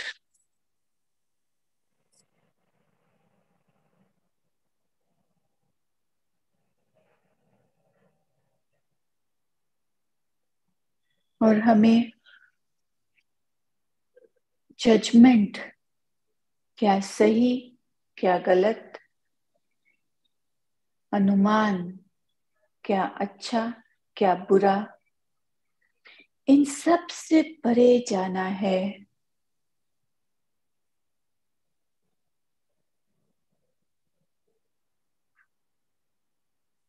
एक ऐसी दुनिया में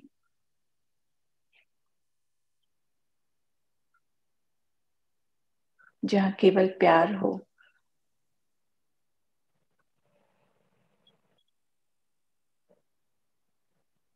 लंबी सांस ले और छोड़े। अब हम कॉन्शियसली सजगता से लंबी सांसें लेने वाले हैं। Deep and long breaths.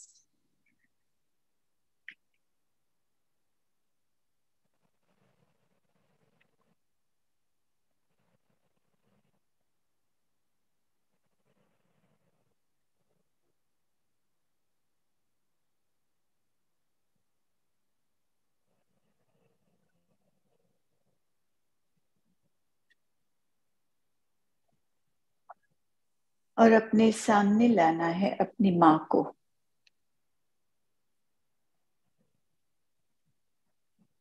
अपने आंखों के सामने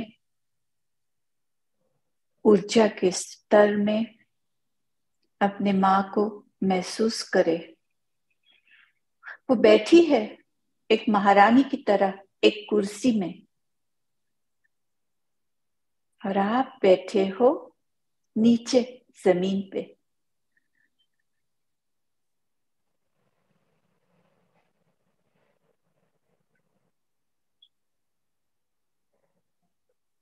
उनके लैप में आपका सर रख के पूरी तरह से समर्पण भाव से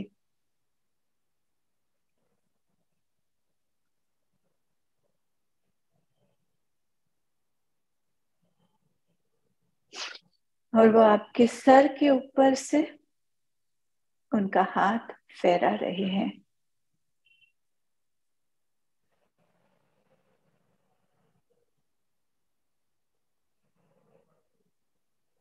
ये माँ आपका पहला प्यार,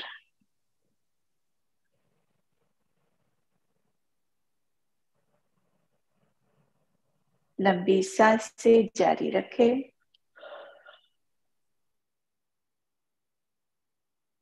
और महसूस करें उनके प्यार को।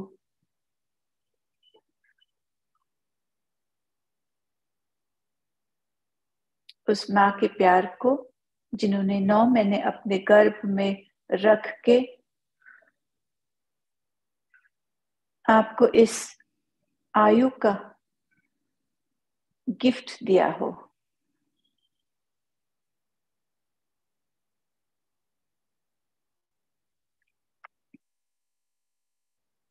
उस माँ को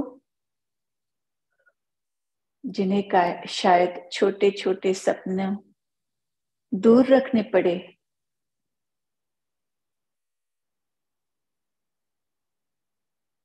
आपको जनने के लिए।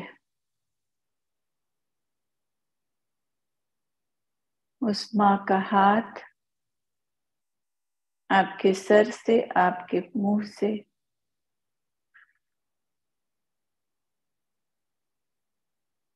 जो घूम रहा है उसे महसूस करें। आप जैसे हैं वैसे ही उसे स्वीकृत है। जब पहली बार उन्होंने आपको पकड़ा था, आपको उठाया था, बस उतना ही प्यार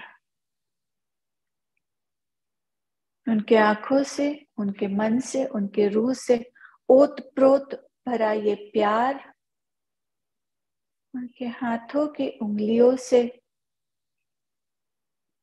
आपके अंदर आ रहा है।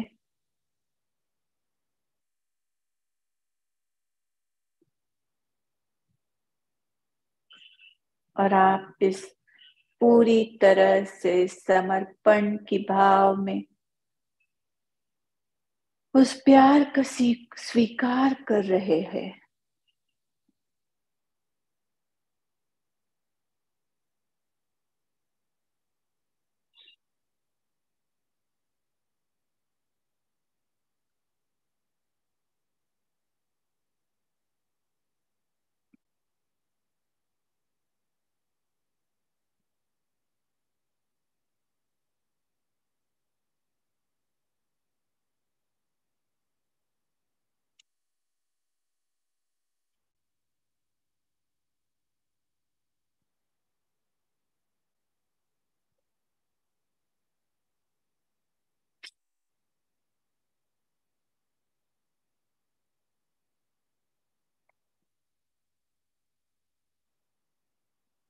और ये प्यार जो आपकी माँ आपको दे रही है,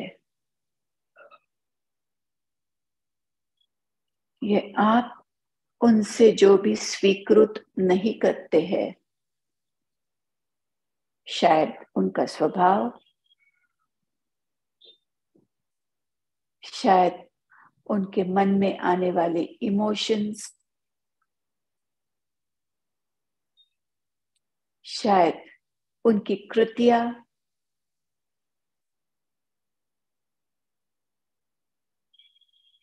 शायद उनका दिखना, उनका बोलना,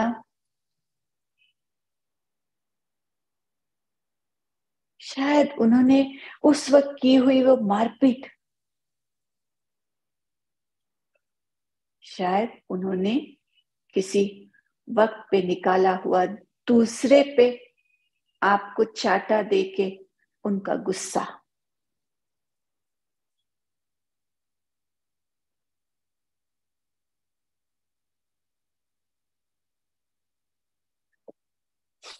उस सब को समर्पण भाव से स्वीकृत करना है।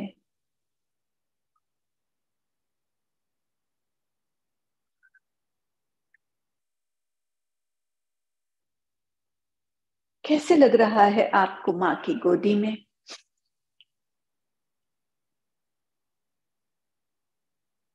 वो महसूस करे और वो प्यार की ऊर्जा जो आपके अंदर आ रही है, उनके उंगलियों से उन्हें सीधे आपके हृदय में ले लीजिए, ताकि आपका हृदय प्यार से भरपूर हो।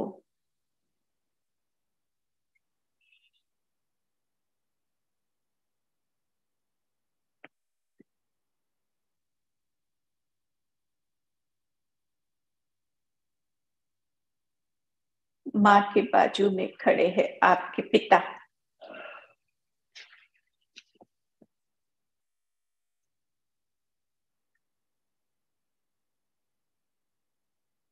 देख रहे हैं प्यार से आपको। जहां भी उन्होंने रोका है, टोका है, जहां भी उन्होंने आपको नहीं दिया है, वो सब के परे है। उनके आंखों में झलक रहा वो प्यार।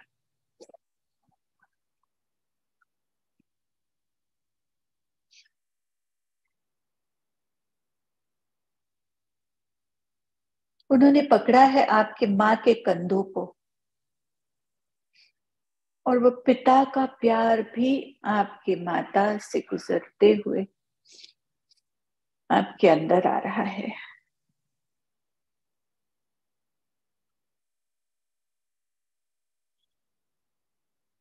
आपके माँ के पीछे खड़े हैं उनके माँ पिता,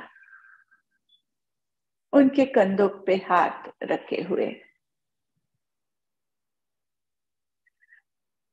आपके पिता के पीछे खड़े हैं उनके माँ पिता,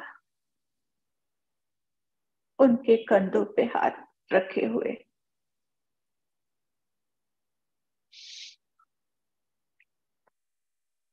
उनके भी आंखों से प्यार झलक रहा है, उनके बेटे पर, बेटी पर, उनके पोते पर, पोती पर।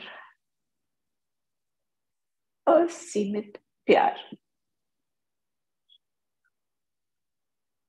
सारा इकट्ठा कर लो अपने हृदय में मेरे प्यारे दोस्तों।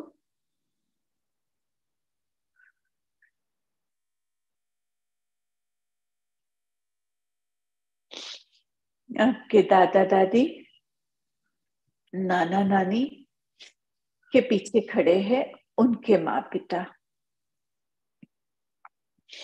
आपके 4 परदादा परदादी, आपके 4 परनाना परनानी,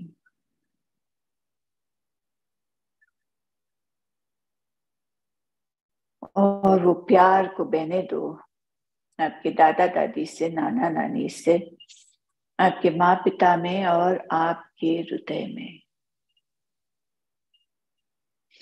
आपकी माँ आपके बाल सहराते ही जा रही है, आनंद से भरपूर।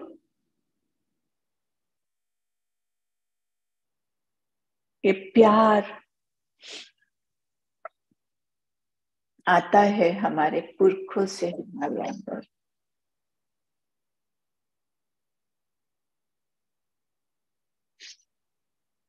आज हील कर दीजिए, ठीक कर दीजिए वो रिश्ते जो आपके आगे के पीढ़ियों से आपके है। इस प्यार में वो ऊर्जा है जो आपके बच्चों को हील कर सकते हैं। इस प्यार में वो ताकत है जो आपके भाइयों बहनों के साथ बांट सकते हैं।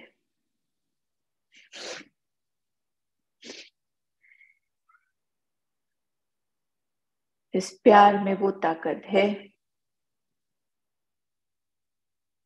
जो आपको पूरी तरह से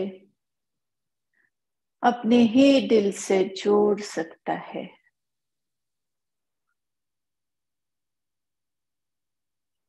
अपने आप से ये मिलन महसूस कीजिए।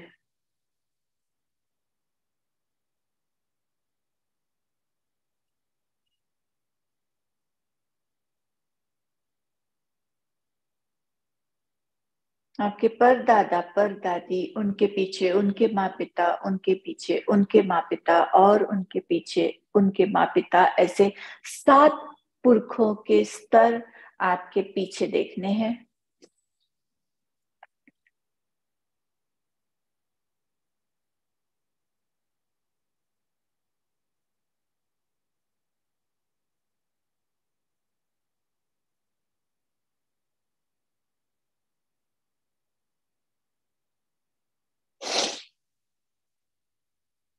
और इन 7 पुरखों के पीछे एक बड़ा सा सूर्य के जैसा तेजोमय गोला, जो परमात्मा, डिवाइन सोर्स, भगवान, कोई भी नाम दे सकते हैं आप उसे, वो भी प्यार और ऊर्जा से ओतप्रोत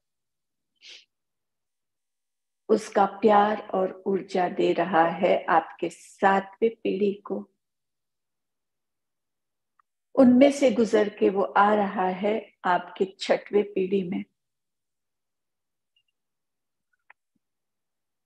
आपके 6वें पीढ़ी से 5वें पीढ़ी में, आपके 5वें पुरखों के पीढ़ी से वो आ रहा है 4थे पीढ़ी में, 3रे पीढ़ी में, आपके दादा दादी नाना नानी में, आपके माँ पिता में और आपके अंदर।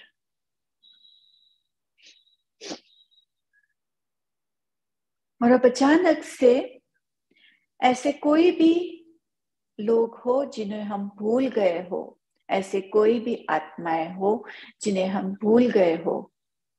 चाचा हो सकता है, चाची हो सकती है, मौसी हो सकती है, फूफा हो सकते हैं,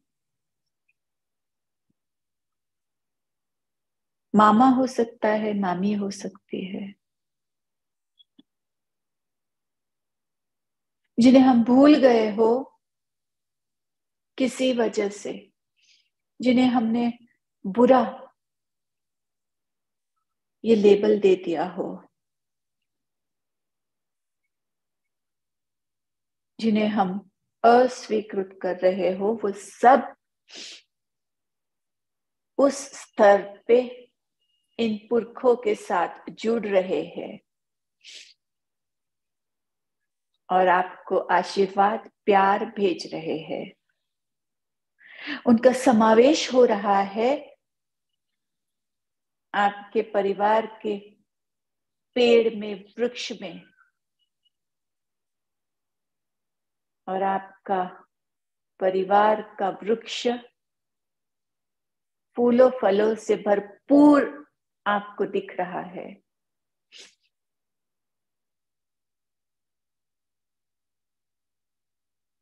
और ये ऊर्जा, ये प्रकाश आप में से गुजर के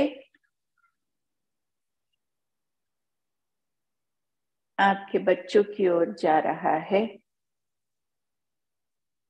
आपके बाजू में बैठे हैं आपके पार्टनर, पति या पत्नी,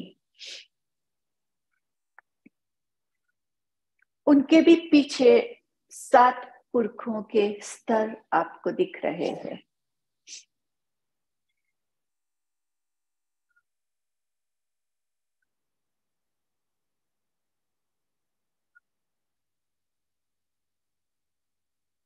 और ये प्यार से भरपूर आप और आपके पार्टनर, आपके बच्चों को ये प्यार दे रहा है। वो बच्चे आपसे दूर हो, आपसे हट गए हो, कहीं और काम कर रहे हो, फिर भी आज अभी वो आपके सामने है और आप ये प्रेम, ये प्यार, ये ऊर्जा, ये प्रकाश उन्हें दे रहे हैं, सीधी उसी तरह से जिस तरह से आपके माँ से आपने वो लिया है।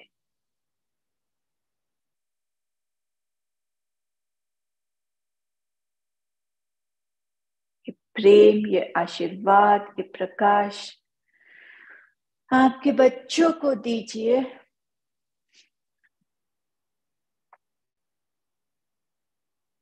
इस स्वीकृति से कि आपके बच्चे जैसे है वैसे है, लेकिन उससे आपका प्यार उनके लिए कतई भी कम न होता है,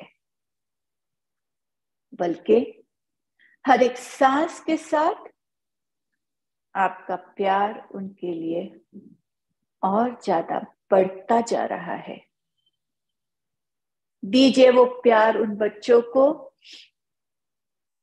और मांगिए कुछ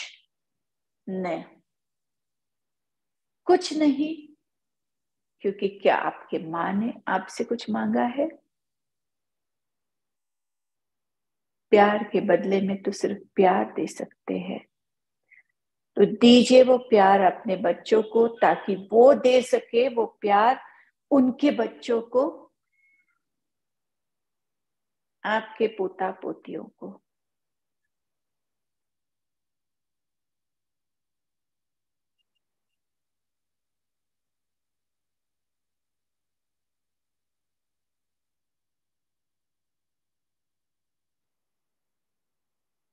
और इसके साथ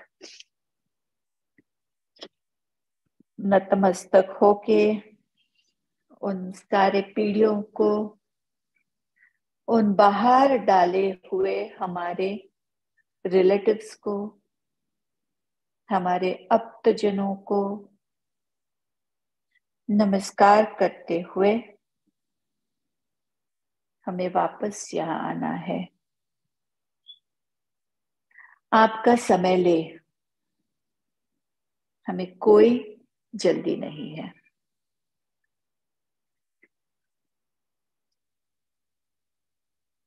और जब आपको पूरा लगे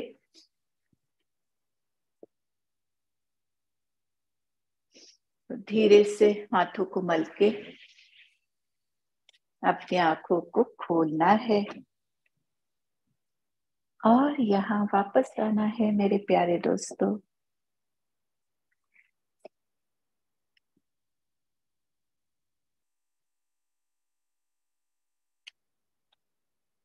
अब मुझे सबको देखना है।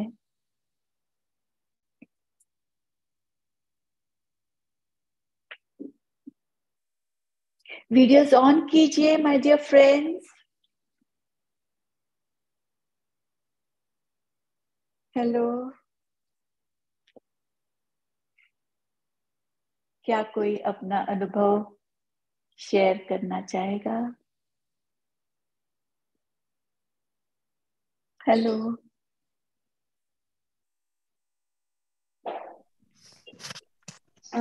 बहुत फ्री लग रहा है, जैसे वेरी कुछ नाइस, बोझ हल्का हुआ से फील हो रहा है। Very good. और कोई? बहुत ही अच्छा लगा। It was a very emotional and I cried a lot. Yeah, I could even I feel did. lot of even now. So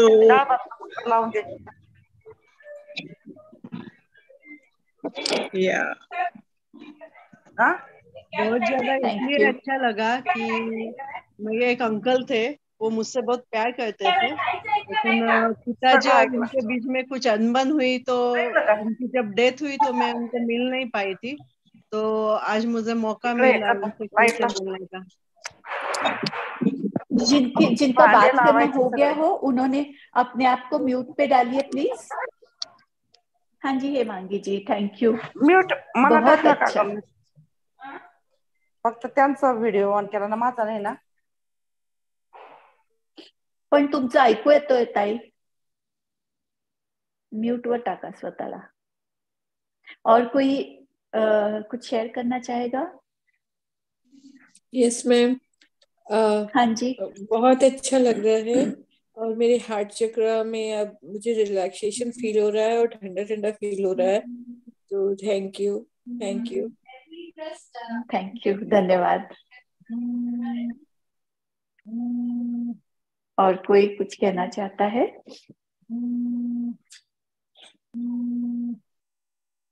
तो हम वक्त से आगे निकल गए हैं। हाँ हेलो जी मैम, कुछ।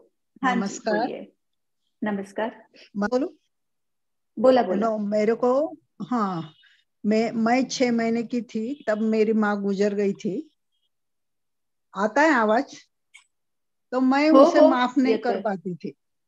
हाँ, तो अभी मैंने माफ किया और बहुत हल्का हल्का महसूस हुआ।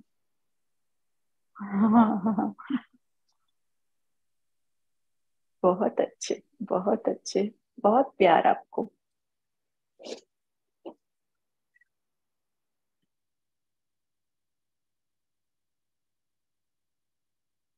सुनीता चुग जी कह रहे thank you, thank you, thank you so much. धन्यवाद सुनीता जी हमसे जुड़ने के लिए। तो सबको मैं ये प्रेरणा दूंगी कि दोस्तों, doctor Newton ji, doctor Lakshmi जी का वर्कशॉप है जून में मुंबई में। किसी को जुड़ना है तो ऑनलाइन रजिस्ट्रेशन कर सकते हैं। So Suresh ji can you, thank you Madhavi ji, धन्यवाद, thank you, thank you, Thank you, ma'am. Thank you Suresh ji. We can log out now my dear friends. हमसे जुड़ने के लिए बहुत बहुत धन्यवाद। हमारे गुरु doctor Newton, doctor Lakshmi ji को बहुत बहुत धन्यवाद। Thank you. भगवान Thank सबका you. भला करे। Thank you. धन्यवाद।